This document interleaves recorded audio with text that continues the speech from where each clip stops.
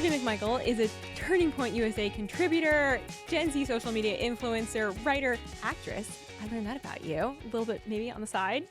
Used to. Maybe Maybe coming soon. Okay. We'll see what happens. Well, welcome back to Problematic Women. The last time we spoke was at the Republican National Convention, which feels like ages That ago. feels like it was years ago. Yeah, a long time. But yeah, thanks for having me back. Oh my gosh, of course. Love it. So as I was reading your bio, I remember something about you that I had forgotten, which is that you didn't finish college.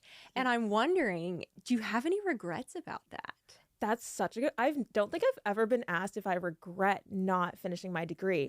So it's funny, when I was studying engineering, because I was studying mechanical engineering, I was in my 5th year when I dropped out of college. So it wasn't like I was 2 years into a comms degree or, 4 years in, you have a couple classes left. I did have a full year left to finish because the pandemic kind of ruined my college experience. Totally. But I do not regret my decision at all because, God willing, I would not be here today. I would, everything that's happened in my life would not have happened if I finished my degree. Yeah. And I'm very thankful for my supportive parents. Honestly, I owe it to them for allowing me, honestly, to not continue going to college. Yeah. Riley Gaines obviously was doing swimming, dental school. Yeah. And, I'm really glad that you found that calling. Me too. This weekend, though, some people who did also find a calling to political activism found their voices all across the nation with these hands-off protests. There were some in D.C. Our editor-in-chief, Katrina Trinko, went to the one in D.C., and we actually have a few photos that she took of some of the protesters from those. And we thought it'd be really fun just to react to them, get your honest reaction. So up here on the screen first, we see a woman who's honestly devoted a lot of time into crocheting this unicorn It's a masterpiece. gas mask It is a masterpiece. with a sign that says Musk turd gas deployed. Fascinating. Initial reactions. I mean, this is just impressive. Honestly, I am very impressed by the crochet work because, and I think that's the thing about these leftists, like the hardcore leftists that you see going to these protests, is they are devoted. They are devoted. They are going to spend hours making their signs, getting their outfits together. They're very creative. And I honestly think, the conservatives can take a page maybe out of the liberals' playbook to where when we gather for a protest, maybe have a little bit more creativity. Because every time I attend a protest like this, I'm fully entertained by the signs. I'm like, that is very impressive. Honestly, though, I go to church on Sunday. I do my nightly prayers. I get my devotion out that way. So I guess if you don't have religion, you devote it into crocheting a gas mask. So Unicorn. I do know how to crochet. I would not know how to make that, though. So just from a strictly crocheting perspective, I am impressed. I only know one stitch with crocheting. Did you do a blanket? I technically can. It does not look good. I've gotten really good at the cow neck infinity scarves. Okay, there you So I can make one of those in about 3 hours. I can't do any of the above, but at least true leftist true can. devotion in their hatred of Musk and Trump. I can just go in a chain. So if you're looking for a 2000 style skinny scarf, I got you. There you go. The second one that we saw at the protest this weekend. And I will say for all of our folks who are listening on audio, just know that if you want to see all these photos, switch on over to YouTube. We would love to have you join us, grab a cup of tea, sit down there. But we will explain these signs as we are talking. Yes, of course. And if you are for watching, audio only crew. if you're watching with us on YouTube, we would love to hear along with us what you think of these signs, because it just can't. They're really good. They're awesome. A lot of effort and devotion.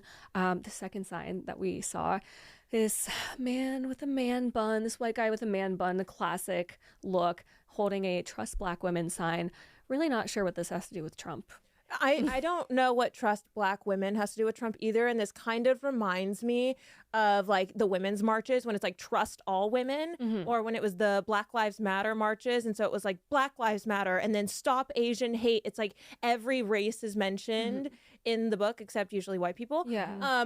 And so it's trust Black women. Okay, what are we trusting them for? Is there something specific that happened? I can't think of anything specific that Trump or Musk did to specifically black women in Black America. women. Like, I think he's very confused, honestly, what he's supporting. Well, it's just like the blanket, like, oh, this is an easy sign. They were probably handing these out, honestly, because it's like, well, this is one of our hashtags that we just. I mean, I'm use. not going to say that they were paid protesters and bust in, but Wink, wink. wink, wink, nudge, nudge. We've seen a lot of the same signs. Oh yeah. Yeah. A lot of tour buses just happening to drop off people and have signs underneath them. So How convenient. how convenient. How conveniently organized.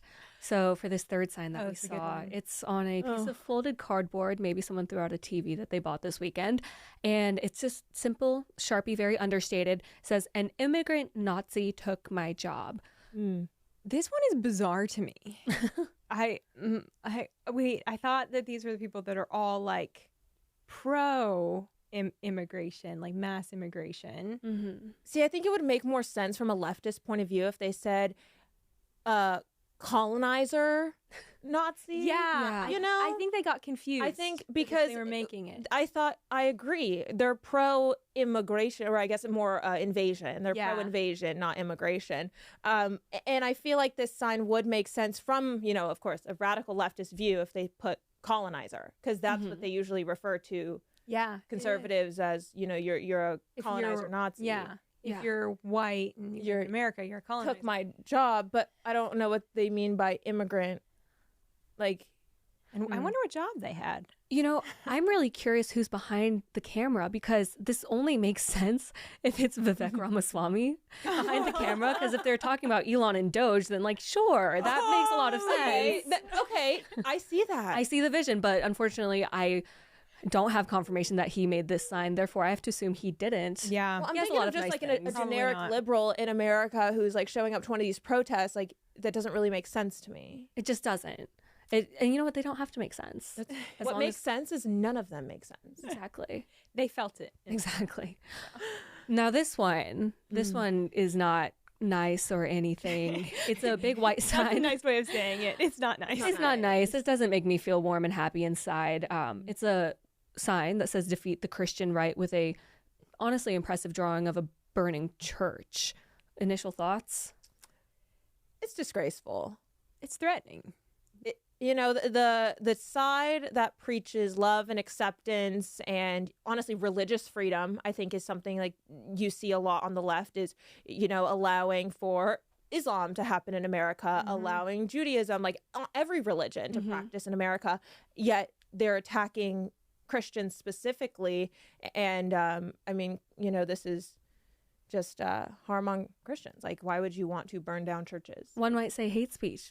I don't know. Literally. Crazy thought. Yeah. It's very aggressive, and I think you could absolutely classify it as hate speech. And a drawing of a burning church by their standards that is inciting violence. The guy next to him does Right. that flag say racist? I think it says resist. Resist. Ah, It's okay. a pride flag. Pride flag. I like to point out that that is an outdated pride flag that doesn't include trans or BIPOC people. It is not inclusive enough. Or It's the really- Black Lives Matter movement. Yeah. So Or it doesn't have the infinity for what is that? For intersex? Yeah, and fluid and the all big that. circle. Yep. I just really can't keep up. Yeah. I'm not doing my part in society. All right, I think we have one more, right? Or was that the last Yeah, I one? believe we have one more, think we and have one it more. actually ties a little bit back into the previous one that we okay. saw with the You gotta a love Nazi these. immigrant stole my job, gotta and love this the one Nazi. Oh, is interesting. quite shocking. My initial reactions to this sign that says, "Go back to Africa, you drug addict, deadbeat, 14 times baby daddy, welfare queen, parasitic illegal immigrant," with a picture of Elon Musk and Donald Trump. This just feels racist. Like, my initial reaction to seeing this was like, you're saying a man from Africa is a deadbeat dad, parasitic, welfare, drug addict. Like, that doesn't sound good at all. It's very shocking. It's very that shocking. The same people, like I said earlier, preaching love and acceptance, and we want immigration. We want all of these illegals to come in here from every country, honestly, in the world. And they're the ones saying, Elon Musk needs to be exonerated from America. I mean, I know there was a huge thing of calling for Melania Trump to try and be deported, which is also blasphemous. Like, that's impossible. It's not going to happen. Like, she is an American citizen. And so seeing this, I mean, I think they're very confused. Well, and go back 7 years, and these are the people that were praising Elon Musk for solving the climate crisis and tackling the big issues our world was facing. And now they want him kicked out of the country simply because he has aligned himself with President Trump. Right. Seeing the stickers on the Teslas that say, I bought my Tesla before Elon was crazy. Like, he's not crazy. He's actually helping the government. But, when you see these stickers of leftists, it's like they're so unhappy that they purchased a Tesla. It's like they need a bumper sticker for everything. You got the Ukraine flag, the equality sticker, and now I bought this Tesla before Elon. It's so insufferable. I actually want to know what you guys think. Who's more insufferable? The people who put those on their Teslas, or the people who still insist on masking in the Lord's year of 2025 because of COVID? I would have to say the masking, folks. I was gonna say, I think the mask. Yeah. What are you doing? It's been 5 years. Breathe air. Yeah, you're gonna be okay. And we already know the masks do nothing. Like, sorry. Trust the science, as they say. Science. All right. Well, we have seen so many interesting things take social media by storm in recent days. And one of the videos that just totally popped off, got millions of views, was an incident that happened with Liveaction. You all have probably seen this. So the full interaction was about 8-ish minutes. So there was a young woman, Savannah, who is sort of a spokesperson for Liveaction, does man on the street interviews, and she was talking to another young woman in, I believe it was, they were in Harlem. They were in Harlem, City, yeah, New York Harlem City, in New York. And they were talking about the issue of abortion, being pro-life, and things got a little heated. So we have about a 30-second clip of where things really spiraled. So let's go ahead and watch that.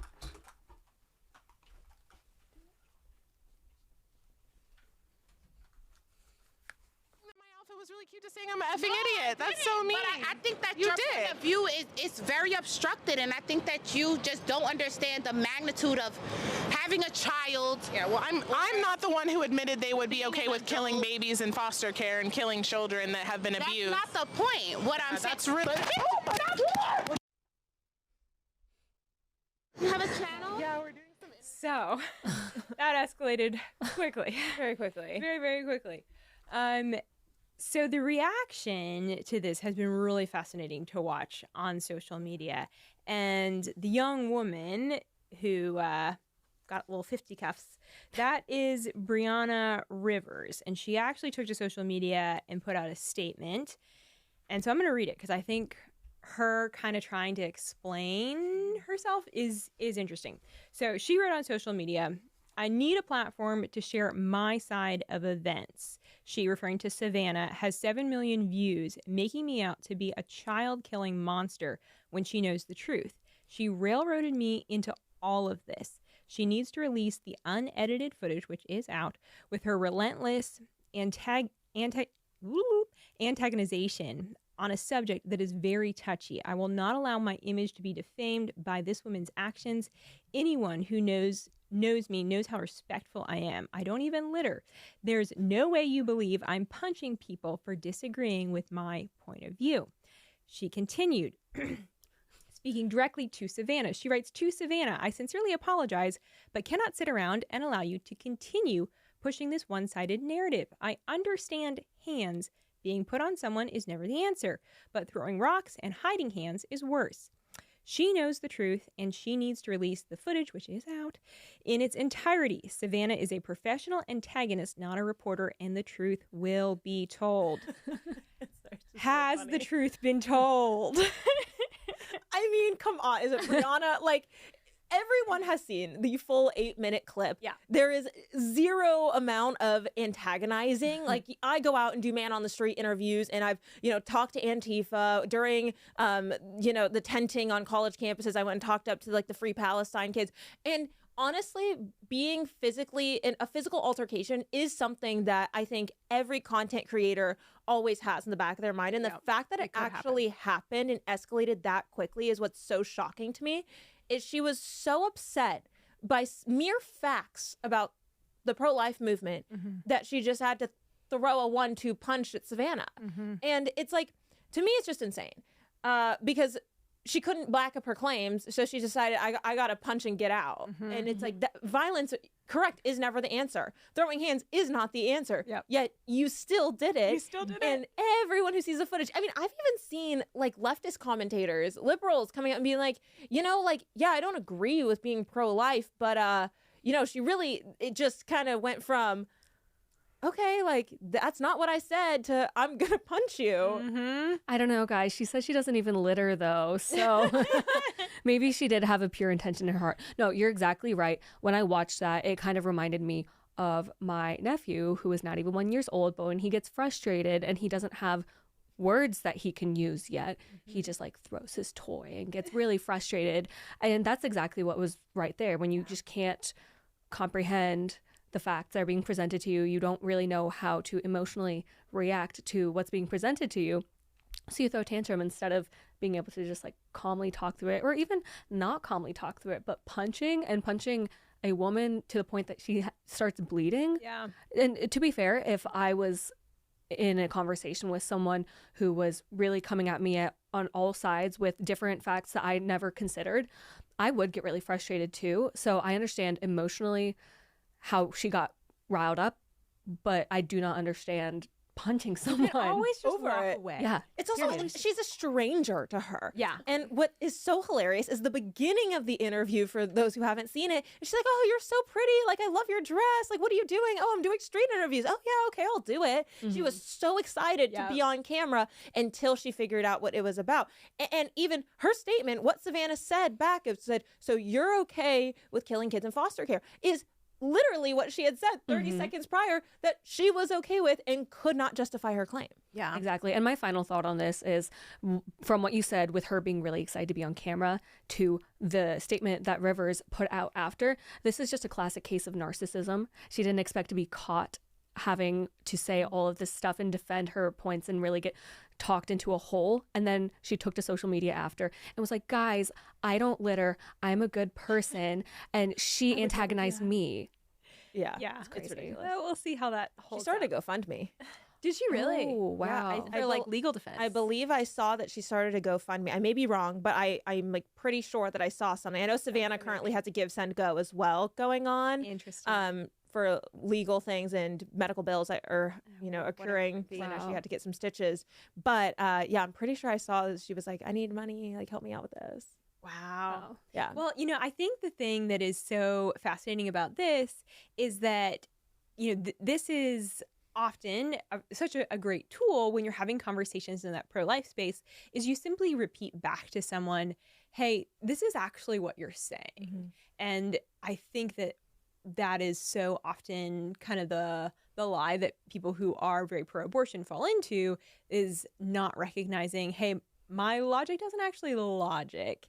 And so when you start repeating back, like, hey, actually, if you follow that train of thought of being pro-abortion, this is where you end up. You're willing to, say, I'm fine with killing kids in foster care, like whatever it might be, that line, and you somehow rationalize it in your head. So it's a powerful tool just to share, hey, is this what you're really saying? I don't think they've ever actually cognitively thought of the talking points that they say. Yeah. Yeah. Making people actually think about it is really, really critical. Exactly. And it was obviously that went viral this weekend. Yeah. But talking about things that have been going viral on social media in general, I've been following the White House and their posting patterns since the beginning of the Trump administration. And it's truly something I've never witnessed before from a presidential administration. And I just want to know who is on the social team, how old they are. I'm so curious because this is all stuff that I would be posting to my personal. And there's just a few examples that are quite hilarious and heartwarming, really, from the White House. Yeah. So the first one that we've been noticing is this Studio Ghibli meme. Yeah. It's a style of animation. It's taking the internet by storm. It's kind of like Asian animes. Yeah, it's very anime vibes, Mhm. AI. Yeah. Yeah. And people have been posting their AI edits of different iconic photos. And the White House posted one of J.D. Vance during the fake State of the Union address. I mean, it was a real address, but not a traditional State of the Union. Not a traditional State of the Union, but a real did address. I don't legally know what it's called, but of him pointing back, like, get out of here. And it has the caption, "We do not ask permission from far left Democrats before we deport illegal immigrants." This is just so funny to me. It's gold. gold. Mhm. It's Listen, so the good. White House is 100% doing the right thing with these memes, keeping up with the culture, social media. Like, this is why I think Gen Z helped elect President Trump, especially this election, obviously because of the culture on social media. Like, if it wasn't for the content that was being posted, Gen Z wouldn't think of JD Vance, of, like, you know, this Giga Chad that went viral a couple times, you know, or President Trump, like, just being the man. Like, people love the social media-ness and, like, hyping them up. So I love it. Exactly. And I feel like it's very genuine, especially compared to when the Kamala Harris campaign tried to do the brat thing. I was unfortunately the resident brat expert on our team when that happened. And I was like, at the end of the day, you have to know that this is a little bit cringe because her heart's not in it. But They were trying too hard. but Well, it makes sense for the White And House. even, do you guys remember during the Biden admin, I think he was like a trans intern or whatever that they had with, like, the long like a day in the life. Yeah, with, like, the long Nails. fingernails and the skirt, making videos and, like, pretending to, like, call Biden. It's like, It's not relatable. well, it's not relatable, and it's also not professional. It's like, what are you doing? What are you doing? I think people want to see White House content. You know, I've had the opportunity to go to the White House twice and kind of do a behind the scenes, like, come with me to an executive order signing, come with me to celebrate Women's History Month. And I think that's the type of content that people want to see, not this crafty, curated something to appease the 1% of the population. It's like, no, this is what life in the White House is like. Like, this is what people do on a day-to-day life, and different events, and showcasing that. So I think that the White House definitely has hit the nail on the head with the whole new media situation with podcasters and influencers, in addition to the media team just being top-notch on it with all of the trends that are on social media right now. Well, and it has been so creative. As someone who reports on border and immigration issues, it has been fascinating to see how they have covered, especially that deportation issue, and they have brought it in a little bit of an entertaining way to the social media audience with some creative song choices.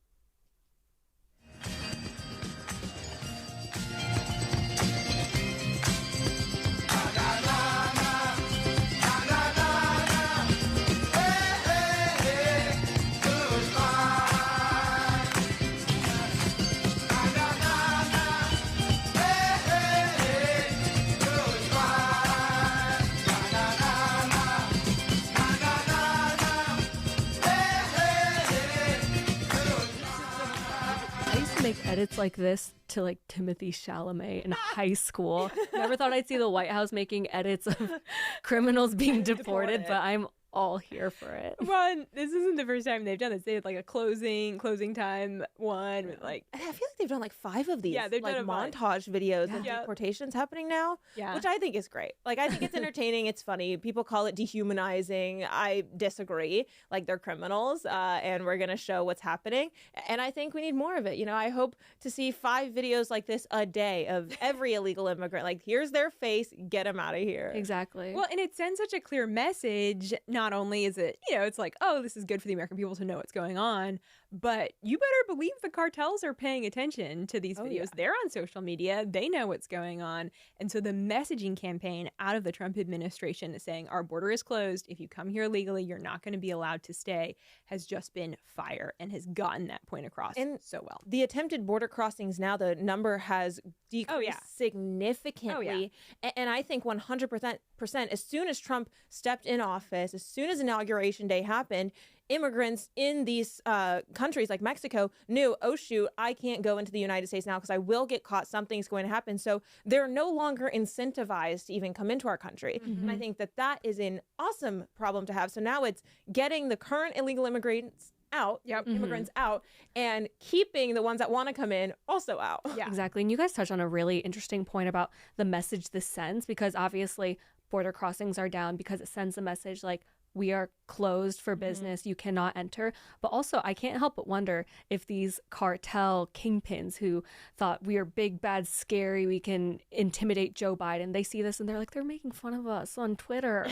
Like, this isn't, like, we can't keep subjecting our people to this. Like, this is not going to work. It's powerful messaging. Well, and with the border increasingly being closed and the cartels being stopped, because that's one point I've said it so many times, I will never stop saying it, but the cartels control who crosses the border on the 100%. Mexican side.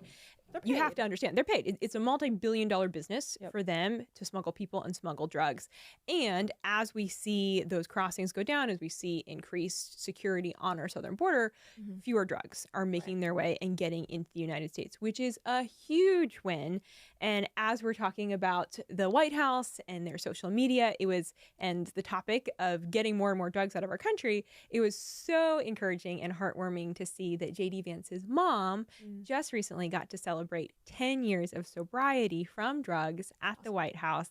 And I absolutely loved seeing this post with J.D. Vance and his mom, because I remember at the Republican National Convention, J.D. Vance, he addressed his mom and he was like, Mom, if we win, maybe we can celebrate your 10-year anniversary of sobriety at the White House. It's like, oh my gosh, you guys got to do this. It got to happen. And if you've read the book Hillbilly Elegy, or you've watched the movie, you know the heartbreaking story. You know what they went through as a family, and really the place of despair that his mom was at, and that in turn, her actions caused the entire family to be at. And so to see this is some good news. Great news. I think this is something happy to celebrate and beautiful just to see how close their family is as well. And, President Trump as well, he doesn't drink alcohol, which is a fun fact a lot of people don't realize about him. Like, he's a powerhouse in himself. Yep.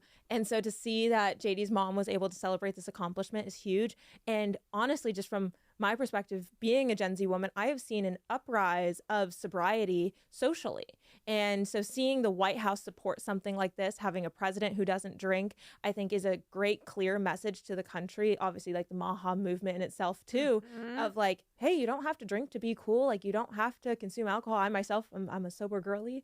And I think it's awesome that you were able to celebrate these types of things and see just how close-knit their families are. Yeah. And it's so humanizing, too. And I think it was so important that the White House puts out content like this, in addition to announcing all of their policy things through Twitter and stuff like that, because there are families in America who are looking to not just Donald Trump, but J.D. Vance, and seeing parts of themselves in these two men. Obviously, most of America cannot see most of their upbringing in Donald Trump. And that's why I think posts like this, where you're highlighting wins and unfortunate shortcomings of people's upbringing, it's very important, because there are people out there in Appalachia who are like, wow, I either grew up with this guy, or I grew up with people like this guy, and now he is in the White House. Yeah. And it's possible that there's hope for our lives too. Maybe not the White House, but just inspiring stories like this that you can identify with. Opportunity in America. Yeah. And also, I think relatability, like we were talking about. Think of how many families struggle with alcoholism, and showing like the grass is greener on the other side. There's light at the end of that tunnel if you just continue to push through and like support your family. Yeah, it's really powerful. It's an easy way, I feel like, to connect and remember like, oh, it is that encouragement of maybe I won't wind up in the White House one day, but there's hope and there's an opportunity to actually make it, because I'm an American and JD made it. It's beautiful. So I had to look up, because we're going to talk about your engagement and all of that. So I did look up how old JD and Usha were when they got married. I don't know that. I think JD was about 29 and Usha was about 28. Okay, so they were young. Yeah, they were pretty young, because the average, according to The Knot, the average American is getting married at about 32 these days. No way. Yeah. So pretty old. I can say that I'm 32. Pretty old. I mean, I won't say that 32 is old, because I don't think it is. But it is so interesting to see how let's just say the last 4 decades, how marriage has continued to be pushed later. I do think that that is the fault of feminism, of women entering the corporate world and saying, you know what, I don't need a man. I'm going to work for myself. I'm going to get my little shoebox apartment and shop, and I'll freeze my eggs, and, you know, we'll do the whole baby, love, and marriage thing later. And then you see an increase also of women struggling with infertility in their late 30s, and they're not able to, you know, have children, or they get to the point of they're like, oh, now I'm ready to get married because I've lived my whole life already, and so now I'm ready to settle down. And to me, that's really sad, and that's a sad mindset to have, because I'm 25. You know, I got engaged a little bit over 3 months ago. Wow, that's crazy. Right here in DC, up front of the Capitol. Yay. But you know, when I think about women who have the mentality of like, now I'm ready to enter that, it's like, well, you never really are ready, I don't think. And when that moment happens, you know, I'm so blessed by this and so excited to be a wife and enjoying currently the season of engagement. But it's like, you still are living your life. Life doesn't stop ever. Yeah. So why are you prolonging not just your clock of having children and like you want to live your single life? Like it's very self-centered and individualistic, in my opinion. And I see so many women to me that just seem really sad. A lot of liberal women, feminists, who are very sad, self-focused on themselves, instead of thinking, you know, how am I going to change myself and be better and continue to pour into the next generation, raise the next generation. And honestly, I think that relationships and marriage is one of the most beautiful things that we have. Yeah. And there hasn't been, at least from my experience growing up on the internet, there really haven't been prominent influencers who show you that marriage, children, growing your family, growing your community, that those are add-ons to your life, not this phase of my life is stopping and now this one's starting and then we're closing that one again and it's starting again. There haven't been influencers, voices, prominent celebrities even, who have advocated for that idea of life progressing as just adding on to, instead of stopping and starting chapters and closing doors definitively. So that's why I'm really grateful to have people like you, shows like Problematic Women, just these alternative media voices out there showing people that, hey, it's actually not the end of your life if you're going to get married before you're 35. I also think it's necessary to talk about, because when you see what the feminist movement has done to women in regards to, like, you know, staying and working, you know, not getting married, you know, we've seen birth rates just drastically decline in our country. Marriage rates are declining, and women think that they can, you know, kind of have these one night stand relationships with, you know, no problems, when in reality you're taking that into your next relationship. And of course, everyone has baggage, everyone has histories, everyone has something, you know, no one is a perfect person, you know, God created us all very perfectly, though, individually. But to me, it is sad that there aren't a lot of examples in the public eye of happy marriages, of like, this is how I live my life. And it isn't the end of a chapter and the starting of a new one. Like, it is more gray than that. And to your point of, you know, stopping and starting, it is so much more fluid, and you get to continue to do those things.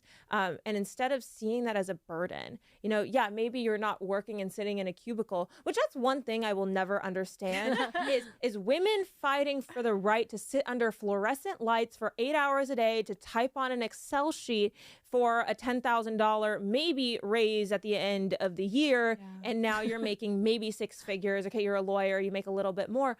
To me, that's very just draining and sad, of like, how would you not want to do that? And honestly, almost every mother that I've talked to that did work in the corporate world before has said, my life got infinitely better the moment I had children, the moment that I got married. And like, you know, if I could be a stay-at-home mom, like I would, or I am a stay-at-home mom and I could never go back. And biologically, women's hormones change as soon as you get married and when you have kids. Like, that is a real thing, and women are rejecting what they're designed to do. Exactly. I was so interested by a recent piece that was out in the Wall Street Journal, and this came out in March. It said, American women are giving up on marriage, is like the headline. And, you know, hearing you talk, because I've heard that message so often from my friends who are married, who have kids, and it's always like glowing reviews. I'm like, why is it that when the reviews are so positive, I think from at least the people that we're talking to around marriage, why is it that so many women are saying either I'm not ever going to get married or, well, maybe in my mid-30s I'll think about it? I think it's because they've grown up in this materialistic, money-hungry culture, and society breeds worker bees. So as soon as a woman graduates from college, I want to go to med school, and then you go into residency, you want to be a lawyer, you have to take the LSAT and then the bar exam. You're continuously in this cycle that is helping society. You're making money at the end of the day is helping the companies that you work for and helping the government because you're paying more money in taxes. It's not helping you or your life, no matter how many lies you've been sold. You can buy however many designer bags you want. You will never actually be fully fulfilled in your life. And I think that is why so many women are waiting so long to get married. And I think it also comes down to fear, is they've been sold these lies of, I can do what I want. I'm actually going to be happy living in my, beige apartment when you're not. And it comes down to fear as well, because I think women are so scared to actually fall in love. I think they're scared to have children because we have been raised in this almost babysitter culture of like everything's been handed to Gen Z. We were raised on technology. You can know everything at the touch of your fingers. But when it comes to childbirth, I don't know what to do. And you can add on feminism and the pro-choice movement or pro-abortion movement for that matter of, it's a choice to have a child instead of a gift. And so it's all about the societal messaging that I think has been thrown in women's faces now for the last decade so overtly, which at the end of the day has, I think, created this massive problem. Yeah, for sure. And personally, as a Gen Z woman myself, I don't think that this is a problem exclusive to liberal feminist women, because as a conservative woman, I see marriage and having a child as something to look forward to. But there also still is that fear that society is not designed to let that flourish, especially with some very strict maternity leave, no paternity leave in some cases, and just society's stigmas against young women being married and having children. It's not designed at the moment to encourage that. It's expensive. It's expensive. Yeah, it is a real challenge, I think, for any household that wants to be a one-income household. Like there's real and honest challenges with that. Well, I want to push back on that. No, actually, please do. Because is it expensive to have a kid? Sure. Yeah. But what is the lifestyle that you're currently living? And does that mean sacrificing a little bit to raise the next generation of, maybe not going on 3 vacations in a year, depending on like how much money you make and what you do, you and your husband having a conversation of, we care so much about this child that we will work and do anything. No matter what socioeconomic situation you're in, it is possible to raise a child. Are you going to be Elon Musk and have millions of dollars? Of course not. But I think it just puts it into perspective of I have the fundamental belief of no matter how much money you make, it is possible to raise that child very well. And I actually spoke to a woman, I can't remember her name, but her and her husband have 3 children. She's a stay-at-home mom and they live on $60,000 a year. How are they doing that? Where do they live? Do they live in a city? No. Yeah. They take sacrifices to do that.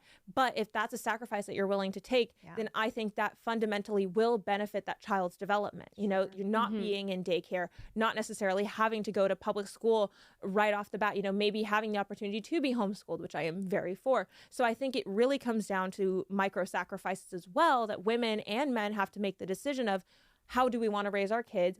Are we going to be able to have like a huge $300,000 income, dual income, which is what obviously our society and economy pushes? No. But also we got to this place because women entering the workforce. So you kind of just have to peel back the onion layers and go back in history of, okay, when did stay-at-home moms not become as popular? Oh, when women entered the workforce. Oh, and now it's economically harder to raise children because women have been working more. So it's kind of this catch-22 of a lot of decisions to make for It's a vicious cycle. young families. Yeah. You have recently gotten engaged. I would love to ask you to share your story. And even like, are you and your fiance starting to have any of these types of conversations? A lot of conversations. How are we going to navigate this? A lot of good conversations. So I got engaged in January. So I'm super excited about that. We're getting married in August. So quick engagement, which I think is how it should be, especially as Christians too, when you're doing everything the right way. Yeah. When you know. Yeah. And if you're going to do the thing, do the thing. I think that's not like long engagements has been something that's been so normalized with the wedding industry. Like you don't need to wait 2 years to get married. Like, you have the commitment, get married, like have kids whenever you want to have kids. So we're getting married in August, which is super exciting. You know, we'll have kids eventually. We're not like, you know, we're gonna have kids right now, but it's not like we're not gonna wait till like 5-6 years. Like, we'll see. We'll see what the Lord blesses us with. Absolutely. But it's just been a really exciting season of exploring relationships and falling in love. And it's something that, you know, I've always dreamed of as a little girl, of like wedding planning with my mom, picking out my dress and preparing for the next season post fiance.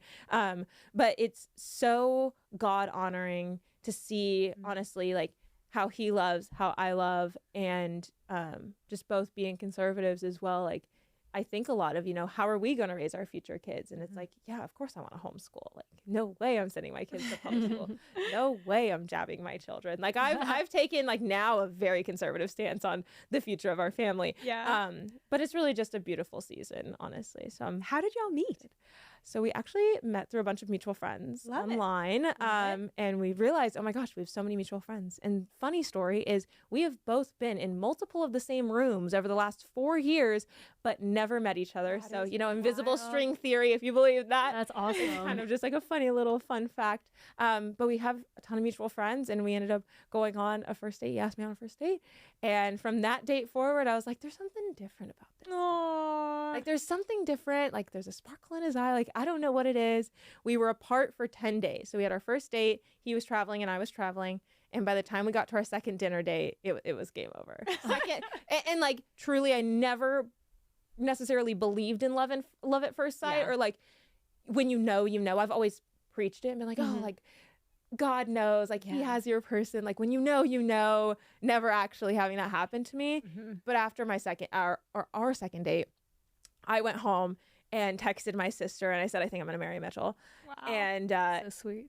we both like had similar conversations just with our families, unbeknownst to each other.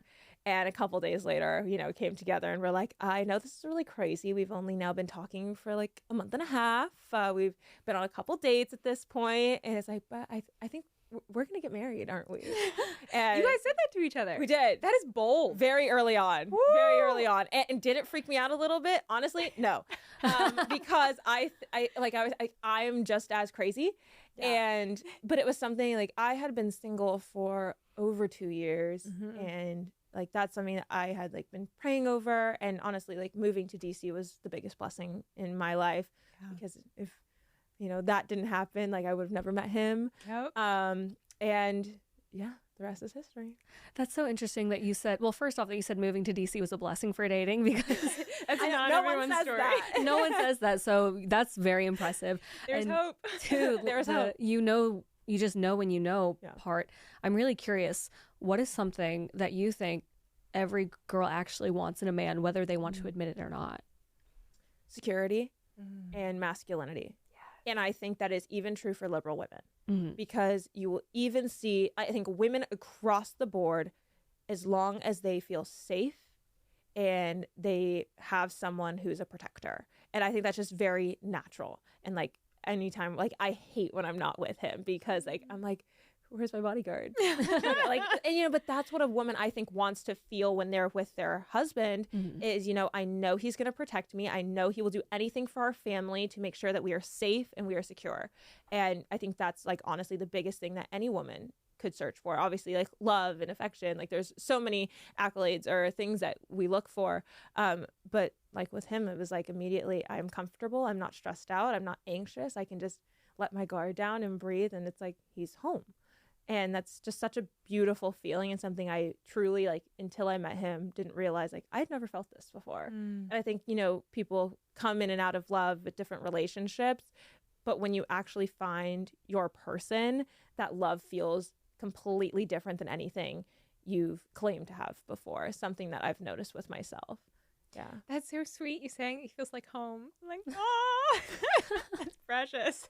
But I think this also comes down to, like, women have to be very intentional with their dating. And it's, you know, don't just go on a first, second, and third date for fun. Like, you're going on dates with a purpose to potentially find your husband. And, you know, that was like first, second, third date for us. We're talking about, okay, how many kids do you want? Where do you want to live? Like, what are your values? You know, what are your core Christian beliefs? Like theological conversations that are in depth, even political conversations that are in depth. Like, it is mind boggling to me when I watch reality shows sometimes, because it's a little bit of brain rot for me. It's great and I love it. But seeing, for example, like Love is Blind, they're like 4 weeks in and they're talking about like, oh, what are your thoughts on pro-life, pro-choice? I'm like, how have you not talked about that before? And obviously, you know, I feel like more secular couples or just people who aren't as politically aware won't necessarily have those conversations. But it comes down to like, what do you fundamentally believe and how are we going to integrate our two lives? Because if you lay the foundation of good communication, trusting each other, having the same values and morals, I firmly believe like if you love that person, you can get through anything. Yeah. Yeah. What are 2 questions you would tell all women to ask on the first date? 2 questions to ask on the first date. Okay, well, I was very forward and was like, I want to be a stay-at-home mom. Like, you know, I do not have any plans of working when we have children. How does that make you feel? Yeah. Like, and if a man says like, I'm completely turned off, like I want a working wife and that's something that's important to you. Yeah. Like, do not sacrifice that. Yeah. Is that a first date question? Yeah, I think that's something that can grow. Maybe like, you know, in the first few dates, I do think that is an important value because there are some men out there who truly like don't understand the concept of a stay-at-home mom. And so I think that is something important. Are you a Christian? Yeah. Like for me, I'm a Christian. Like The faith number one, if you're a Christian, marry a Christian. Yeah. Like that, you need that faith backing and also just like involvement with church and stuff. I think that is a really important value, especially when you're aligning 2 lives and raising more lives. I think that's one of the most attractive things is when a man is involved in his church. Just speaking as a Christian, I'm like, that is phenomenal. Because it's different than checking a box. I mean, like, yeah, like I'm a Christian. But like when he's invested and serving, it's like, are you a Christian? Beautiful thing. Are you a conservative? But I mean, hopefully you've weeded that out before the first date. So that's what I mean. It's like if you're having the more in-depth conversations, you know, like, hey, you know, I want to be a stay-at-home mom. That's a think of your non-negotiables list. Yeah. And I think that list should be short. Like I have 5 non-negotiables. It doesn't need to be long. No. Like, when it really comes down to it, like what are you not willing to compromise on? It's very healthy. So it is very healthy. I think women and men should have like, these are my non-negotiables and bring them up early on because otherwise you'll just like shove them in a bottle and like won't think about them. And then you're like, no, it's fine. Like I really like him. I just want to keep having fun. And then you get to, you know, you're 2 months in and you're like, shoot, there's red flags that I've ignored this whole time. Like it's, I firmly believe way better. Open it all up. This is who I am. I'm an open book. Like this is what I want. So and healthy. If it's not it, then move on. And that's the importance too of not just asking, are you a Christian? What do you think of stay-at-home moms? What do you think of your belief system and what you want your future to look like? But also, before you even do that, doing the internal work and discerning for yourself, like, what do I want my life to look like? How am I going to achieve that? And is this particular aspect of my life something that I want or something that is going to be important for me and also my future children? So just doing that internal work, and it sounds like you already have. And honestly, I think most Christian conservative women have had to do that internal work, whether they liked it or not, just because dating is rough out there. And it's even worse when you're raised in a society that tells you you shouldn't get married young and you shouldn't be happy to have a child before you're 30 and all these different things that are working against you. So it's a blessing sometimes to be going against the stream and having to do that reflection. Yeah. Well, I think it's once you figure out like what are my core values, then when you meet someone, it's like, can I run with this person towards the vision that I feel like the Lord has given me? Not necessarily like that checks my career boxes at all, but just in general, what I feel like God has called me to, loving people well, serving the body of Christ, whatever it might be. Is this person in line with that? Can I run with them towards those big, big life missional goals? Well, and at the end of the day, like that's your team player for life. And the end goal is, hey, how can I bring you closer to God and how can you bring me closer to God? Like that is at the end of the day, point of marriage. And, you know, as you're dating, if you're, you know, single women out there, how are you preparing for when you do have a boyfriend? Because it's not necessarily going to happen in a way of you're like, oh, shoot, now I'm ready to date. It's like, what are you doing? Like the internal work to get to that phase of life to where you know when you get there, you are ready. There is no questioning. And then when you're in the boyfriend, girlfriend phase, it's like, how are you preparing during that to get to the engagement phase? And I feel like, you know, you're always doing some kind of work in your relationship to get to that next phase because it does continuously build on top. You're building the building blocks of the foundation for the rest of your life, and you want to be sure. And so if you're not intentional with that, you know, I think you're then setting yourself up for failure. Yeah, absolutely. We have one more fun question before we go, but before we get to that, tell us how we keep up with everything that you do, all your social media. If you guys want to keep up with me, if you can spell my name, you can find me. Morgonn, Morgan, and all Turning Point USA channels as well for all my man on the street content, and posting whenever I'm at the White House or doing cool things is all over Instagram, YouTube, X, all over the place. I love it, Morgan. Okay, so final question before we go. Favorite recipe, especially as you're thinking about life, marriage, having to very into cook cooking. more. What are we feeling these days? Okay, I'm gonna do two. Okay. Favorite baking recipe outside of sourdough. Oh, you're a sourdough Because I'm girly. a sourdough girly. Love it.